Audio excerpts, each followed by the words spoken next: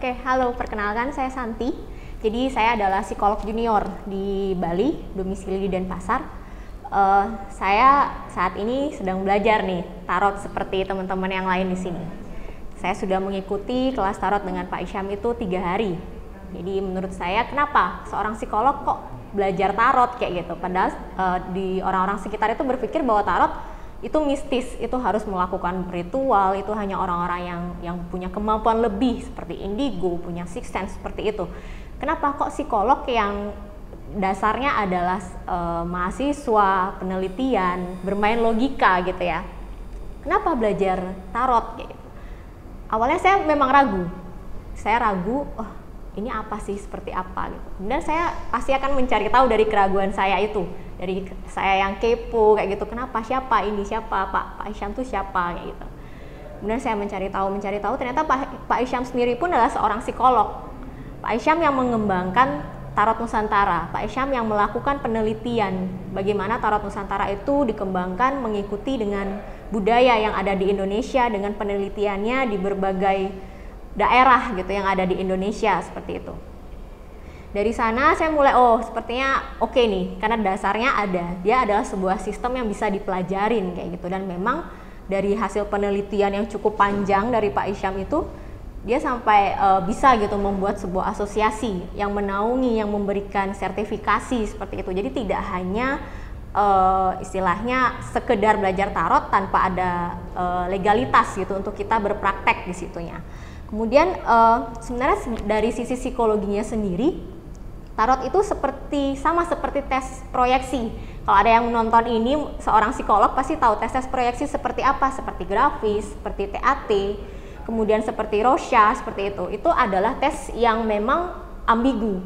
Jadi kita nggak tahu ini apa gitu. Kita akan menggali alam bawah sadarnya orang untuk menceritakan berbagai permasalahannya, seperti itu. Dari situ kita tahu, oh karakter orang itu seperti ini, sesuai dengan kartu yang dia ambil secara tidak sadar gitu. Istilahnya seperti kebetulan yang memang kebetulan seperti itu. Dari situ mengambil sebuah kartu, dari situ kita bisa membaca, oh orang ini seperti ini, permasalahannya seperti ini. Apa sih solusinya dari situ? Kemudian psikologi itu masuk di situ. Solusi seperti apa sih yang bisa diberikan dengan orang-orang yang punya permasalahan seperti itu? Di situ sih saya langsung, oh oke, ini familiar dengan saya gitu. Saya sudah di perkuliahan saya belajar tes grafis, bagaimana orang menceritakan permasalahannya dari sebuah gambar yang abstrak seperti itu, yang memang tidak bisa dia lihat seperti gambar-gambar yang tidak jelas seperti bercak tinta gitu ya. Itu sih yang kenapa sih saya itu tertarik untuk belajar tarot. Selain itu dengan tarotnya sendiri, ketika kita memberikan sebuah kartu, seorang klien, kita memanggilnya itu klien, dia akan bisa menemukan insight-nya sendiri. Dia akan menceritakan permasalahannya sendiri secara langsung tanpa dia sadarin. Karena saya sudah mempraktekkan itu ketika dengan klien pertama saya untuk mempraktekkan tarot. Tanpa saya harus minta dia bercerita, ketika saya menyebutkan karakternya dengan satu kartu itu, dia bisa langsung bercerita tentang permasalahannya tanpa perlu saya minta, seperti itu. Jadi dia merasa bahwa karakter yang saya sebutkan dari kartu tarot yang dia pilih dengan sendirinya tanpa dia sadarin, itu ternyata mempresentasikan permasalahannya pada saat itu, seperti itu. Jadi ini bukan hal yang mistis, ini bukan hal yang harus ada guna-gunanya, ada jampi-jampi seperti itu, karena ini adalah sebuah sistem, ini bisa dipelajarin dan ini ada dasarnya gitu. Jadi ada dasar penelitian, ada dasar sains di belakangnya yang memang itu sudah diteliti cukup lama gitu. Jadi itu yang mendasari kenapa tarot ini bisa diterima dan kita bisa mempraktekkannya siapapun itu. Yang terpenting adalah ada niat untuk belajar, ada kesempatan dan ada peluang pastinya. Seperti itu. Terima kasih. Misalnya nih sebagai contoh, kalau misalkan kan kita dari bidang psikologi nih, kita bidang psikologi, terus kita mainnya tarot psikologi, kita nge-assessment atau kita menilai masalah orang, memberikan solusi orang itu lewat tarot psikologi, misalnya kita lewat medianya tarot, kita pakai itu. Sebagai contoh misalnya, ketika ada klien datang ke kita, terus mereka datang, biasanya yang datang kan orang-orang bermasalah ya, misalnya mereka ada keluhan, ada apa gitu.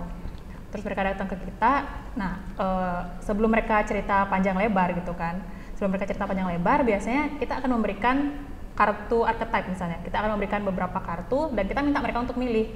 Dan ketika mereka milih, misalnya mereka ngambil kartu kan secara acak tuh, kartunya diacak, terus mereka mengambil menggunakan tangan mereka sendiri. Jadi tangan mereka itu sebagai stimulus, tangan itu stimulus, dan mereka mengambil kartu secara acak. Terus misalnya yang keluar ketika setelah mereka ambil, yang keluar kartu ini nih, yang keluar kartu ini adalah kartu setan misalnya.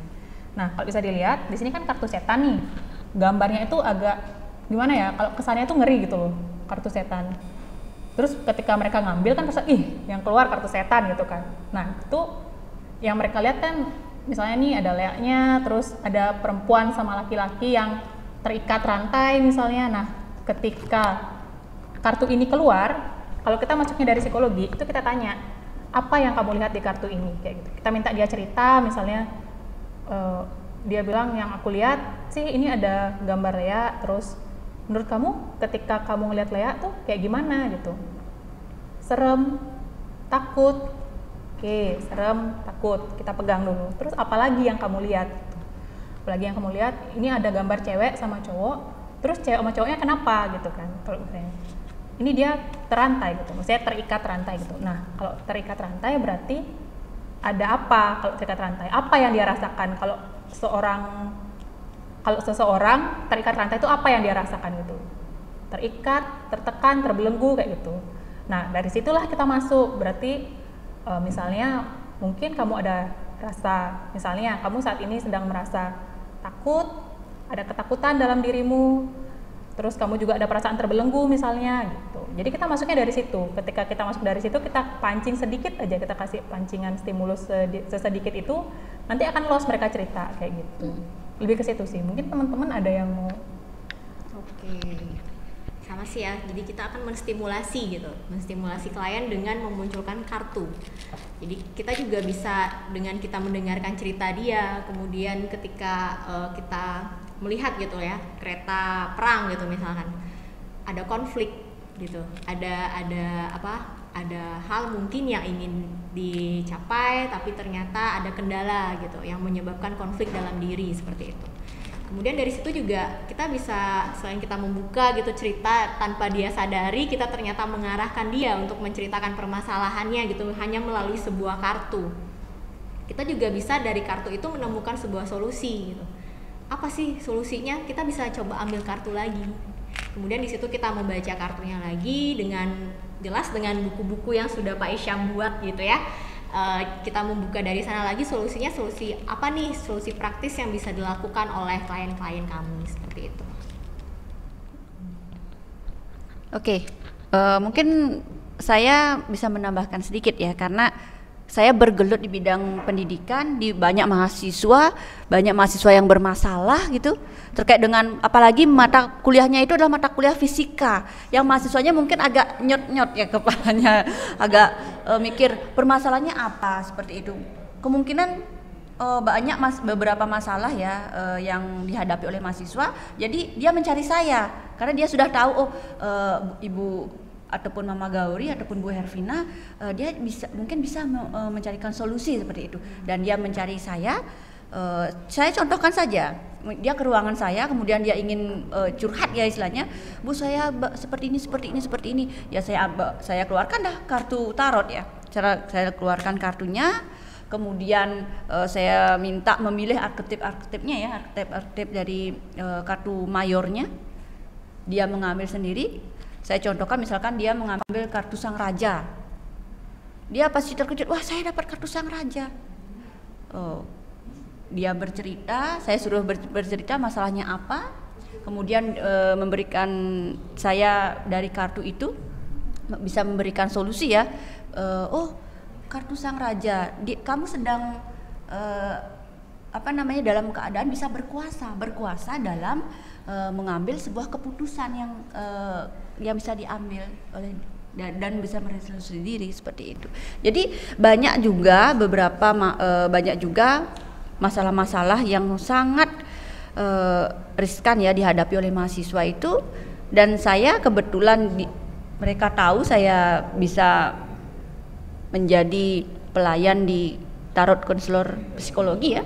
Jadi Ya itu cara awal ya, cara yang bisa diambil, yang bisa diminta oleh mahasiswa dalam proses pemecahan masalahnya seperti itu. Jadi tidak hanya dari mahasiswa fisika saja, tetapi dari mahasiswa-mahasiswa lain yang mengenal saya pun sering ke rumah, sering di kampus juga berdiskusi terkait ini, seperti itu. Ya. Oke, kalau dari psikologinya sendiri gitu ya, kita nggak cuma belajar tentang ini nih, kartunya banyak banget gitu, tapi ternyata ketika kita sudah belajar, ini tuh cukup mudah gitu ternyata. Kita belajar dari buku-bukunya, dari buku yang diciptakan oleh Pak Isyam. Kemudian kita nggak cuma sekedar dari tarot aja, tapi kita ada melakukan tes psikologi juga. Tes psikologi sederhana yang sudah disederhanakan oleh Pak Isyam, yaitu tes MBTI. Psikolog-psikolog sini pasti udah tahu kalau MBTI itu tes apa. Itu adalah tes kepribadian gitu. Nanti akan memunculkan karakteristik setiap klien itu seperti apa.